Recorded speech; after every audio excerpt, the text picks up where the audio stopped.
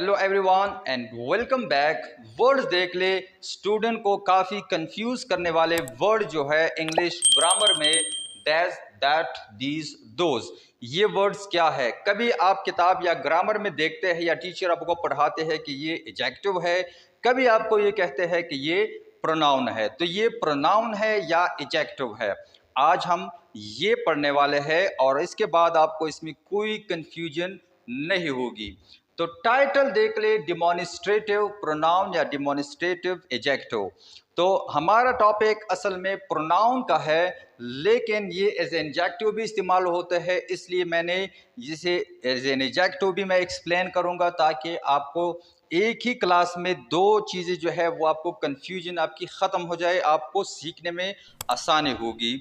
तो पहले तो ये देख ले कि दैट, दैट, दीज, दोज में फ़र्क क्या है।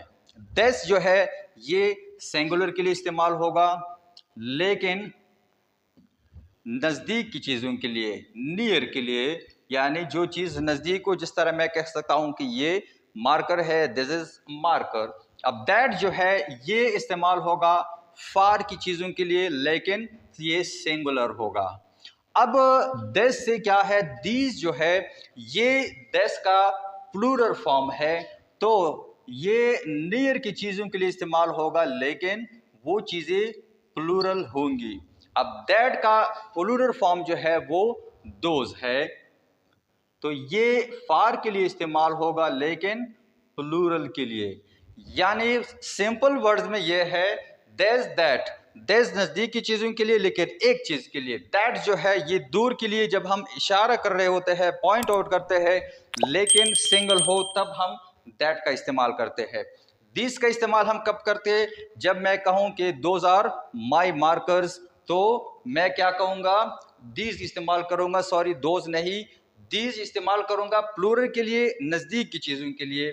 और दोज जो है ये जब दूर हो लेकिन प्लूरल हो, जैसे ये मार्कर वहाँ पड़े हैं, मैं कहूँगा आई नीड दोज मार्कर्स, ये एक से ज़्यादा है, तो मैं क्या करूँगा, दोज का वर्ड इस्तेमाल करूँगा। अब आते हैं कि ये एडजेक्टिव कब है और प्रोनाउन कब है। पहले एज ए प्रोनाउन देखते हैं। Example, this is my car. अब ये यहाँ गाड़ी है, मैं कहता हूँ कि दिस इज माई कार, ये मेरी गाड़ी है। This is my house. अब मैं घर के सामने हूँ या घर में हूँ, तो मैं कहता हूँ कि this is my house. That is my favourite car. अब गाड़ी जो है, ये कार मुझसे थोड़ी दूर है, मैं पॉइंट आउट करता हूँ कि that is my favourite car, ये मेरी पसंदीदा कार है। दीज आर माई फ्रेंड्स, ये मेरे दोस्त हैं। आपके कुछ दोस्त आ गए हैं, आप इंट्रोड्यूस करते हैं अपनी किसी फैमिली मेम्बर के साथ या अपने टीचर के साथ या अपने किसी फ्रेंड के साथ आप इंट्रोड्यूस करते हैं, तो आप कहते हैं कि दीज आर माई फ्रेंड्स, ये मेरे दोस्त है, आपके साथ है। अब दोज आर और स्टूडेंट्स, दोज आर और स्टूडेंट्स क्या है, यहाँ अगर आप देख ले ये दैट का प्लूरल फॉर्म दोज है, तो ये या पास्ट में बता रहे होते हैं कि वह क्या है, पॉइंट आउट करें। इस तरह भी आप कह सकते हैं कि दोज वर माई स्टूडेंट्स या दोज वर और स्टूडेंट्स, कि वो हमारे स्टूडेंट थे। या आप ये भी कह सकते हैं कि थोड़े आपसे दूर है, कि आपसे कोई पूछे कि वो कौन है, तो आप कहेंगे कि दोज आर और स्टूडेंट्स, वो हमारे स्टूडेंट्स हैं, हमसे मिलने आए थे। या those are good students. Next जुमला आप ये भी कह सकते हैं कि डोंट केयर, वो कुछ नहीं करेंगे, जस्ट हमसे मिलने आए थे, दोज आर गुड स्टूडेंट्स, बल्कि वो बहुत अच्छे और पोलाइट स्टूडेंट्स है। तो अगर एक चीज़ आप नोट करें, तो दिस के बाद या दैट, दीज, दोज के बाद डायरेक्टली नाउन नहीं आया है, तो that is why we can call it pronoun, हम इसे प्रोनाउन कहेंगे, ये डिमॉन्स्ट्रेटिव प्रोनाउन है। अब डिमॉन्स्ट्रेटिव एडजेक्टिव देख ले कि एज ए डिमॉन्स्ट्रेटिव एडजेक्टिव ये कब इस्तेमाल होते हैं। मैंने ऑलरेडी एडजेक्टिव पर काफ़ी लेक्चर्स अपलोड किए हैं, वो अगर आप देख ले तो एडजेक्टिव की हम डेफिनेशन ये करते हैं कि ये मॉडिफाई करता है नाउन को, और मोस्टली एडजेक्टिव जो है उसके बाद नाउन का आना ज़रूरी है। तो फर्स्ट सेंटेंस देख ले, आई लव दिस डिश।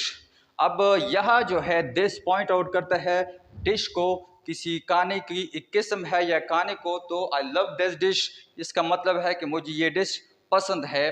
तो दिस के बाद डायरेक्टली डिश या नाउन जो है आया है, तो यहाँ ये क्या है, एडजेक्टिव है, डेमोनिस्ट्रेटिव एडजेक्टिव। दूसरा देख ले, this boy is very good, ये लड़का बहुत अच्छा है। तो दिस के बाद डायरेक्टली बॉय आया है जो कि एक नाउन है, तो यहाँ भी आप इसे क्या कहेंगे, डेमोनिस्ट्रेटिव एडजेक्टिव कहेंगे। ये यहाँ प्रोनाउन नहीं है बल्कि एडजेक्टिव है। I can teach these boys, मैं इन स्टूडेंट्स को या इन बच्चों को पढ़ा सकता हूँ। तो दीज जो है ये क्या है, दिस का प्लूरल फॉर्म है, और बॉयज जो है ये बॉय का प्लूरल फॉर्म है। तो मैं इन बच्चों को पढ़ा सकता हूँ, तो यहाँ भी दिस के बाद डायरेक्टली नाउन आया है, तो ये भी एडजेक्टिव है। I will by that car, मैं वो गाड़ी खरीदूंगा, तो दैट के बाद कार आया है जो कि एक नाउन है, तो यहाँ ये एज एन एडजेक्टिव काम करता है, प्रोनाउन हम इसे नहीं कहेंगे। आई विल डू एनीथिंग, मैं कुछ भी करूँगा, फॉर दोज बॉयज, उन लड़कों के लिए। अब दैट का क्या है, प्लूरल फॉर्म जो है दोज है, तो हम कहेंगे कि वो लड़के जो है उनके लिए मैं कुछ भी करूँगा, because they are my favourite students, वो मेरे पसंदीदा या काबिल स्टूडेंट थे। I will do anything for those students, मैं इन स्टूडेंट्स के लिए कुछ भी करूँगा। तो होप दैट आपको समझ आ गया कि डेमोनिस्ट्रेटिव प्रोनाउन क्या होते हैं, डेमोनिस्ट्रेटिव एडजेक्टिव क्या होते हैं। ग्रामर में किसी भी वर्ड को आप डायरेक्टली इसकी पार्ट्स ऑफ स्पीच आप नहीं बता सकते, आप उसकी यूजेजेस देखेंगे तभी आप कह सकते हैं कि ये वर्ड की पार्ट्स ऑफ स्पीच की कौन सी कैटेगरी में आता है। क्यों? क्योंकि ये वर्ड सेम ही है, लेकिन कभी हम इसे प्रोनाउन कहते हैं और कभी हम इसे एडजेक्टिव कहते हैं।